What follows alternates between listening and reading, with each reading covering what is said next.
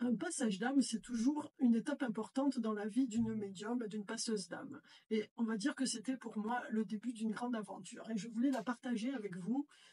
C'est arrivé il y a 2 ans environ. Donc j'avais lu dans la Provence le décès d'une personne connue dans la région. Bon, je l'ai lu comme un fait divers. Je ne m'étais pas posé plus de questions. Et quelques jours plus tard, je dors, donc je suis dans mon lit. Je suis réveillée vers 5 heures du matin par une présence à côté de moi dans l'obscurité. Je me réveille tout de suite, j'ai la chair de poule, je sursaute et là, je dis qui est là? Et la personne me dit son nom. Et ce nom, c'était précisément celui de la personnalité de la région qui était décédée quelques jours avant. Alors, vous imaginez un peu ma surprise et voilà, c'était la première fois que ça m'arrivait. Et comme j'avais fait une formation quelque temps avant pour apprendre à canaliser, on va dire, mes compétences, mes capacités, je lui ai dit, bah, est-ce que tu veux passer? Est-ce que tu es prêt? Donc la personne m'a dit oui, tout à fait. Donc j'ai fait toute la procédure pour le faire passer, tout le process. Je vais dire, c'est pas très adapté, mais voilà, j'ai suivi la procédure pour le faire passer.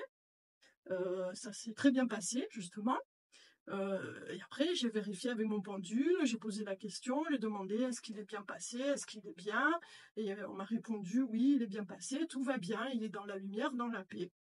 Bon, voilà, donc j'étais satisfaite de ce premier passage-là, mais vous voyez, voilà, c'était la première fois, je découvrais. Euh, le lendemain, donc, je vais à mon bureau. J'étais toute seule exceptionnellement. Pour une fois, il n'y avait personne d'autre avec moi dans les locaux de mon entreprise. Et mon bureau particulier était fermé depuis 3 jours où personne n'était rentré. La porte était fermée, les fenêtres étaient fermées et il était froid. Quand je suis rentrée, il était très froid. Alors que d'habitude, ce bureau est situé au sud et le soleil tape toujours dessus et il est toujours chaud. Je ne mets pratiquement jamais le chauffage. Et là, il faisait glacial. Bon, je rentre, donc je suis toute seule dans ces locaux, là, toute la matinée. Je commence à taper à l'ordinateur, je fais mon travail, et d'un coup, j'entends taper comme ça, donc je me dis qu'est-ce que c'est, alors que j'étais seule, je ne vois personne.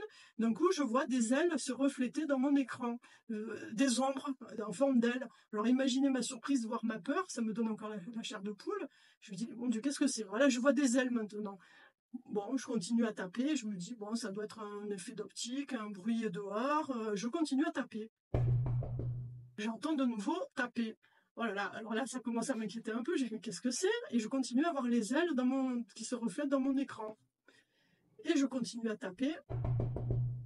Ah bah ça alors, qu'est-ce qui se passe? Bon ben je cherche, je me dis, bon ben d'un coup j'ai pensé, je me dis, vu que j'entends taper, j'ai vu des ailes, c'est peut-être mon monsieur que j'ai fait passer le matin qui souhaite me donner un message. Je cherche partout dans mon bureau, j'ai l'idée de regarder derrière moi, il y avait des rideaux, je relève le rideau et qu'est-ce que je vois? Un grand papillon blanc, mais grand comme ça, vraiment immense, j'ai jamais vu un papillon blanc aussi grand, et qui était là, en train de taper contre la vitre.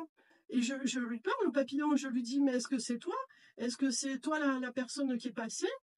Bon, évidemment, il ne m'a pas répondu, vous doutez bien, hein, parce que alors là, je crois que je meurs sur place si le papillon m'avait répondu avec la voix de la personne décédée. Bon, ok, un papillon. Bon, je me dis, bah, c'est peut-être le monsieur. Je continue, je me rassois, je continue à taper. Mais encore plus fort. Je dis, bah alors, il est bien bruyant ce papillon. Je dis, bah qu'est-ce que tu veux? Et je me dis, bah peut-être qu'il veut s'en aller, c'est peut-être un signe, et c'est pour me dire que ça y est, il est prêt à partir. Donc j'ai ouvert la fenêtre, le papillon s'est envolé. Donc j'ai vu un signe que c'était le monsieur qui était parti dans la lumière. Mais moi, vous savez, j'aime bien les signes et la synchronicité. Je me suis dit, je vais demander si c'est bien ça. Et je regarde sur Instagram, mon fil d'actualité Instagram, et je vois en story d'un hôtel où je venais juste de réserver pour la semaine suivante. Qu'est-ce que je vois dans la story de l'hôtel en question? Je vois écrit hommage à la personne dont je vous ai parlé, la fameuse personne qui était décédée dans un accident de voiture, et il y avait écrit hommage à cette personne, nous allons beaucoup la regretter, qu'elle soit dans la lumière. Et là je dis, j'ai mon message, et je peux vous dire que j'ai été vraiment impressionnée.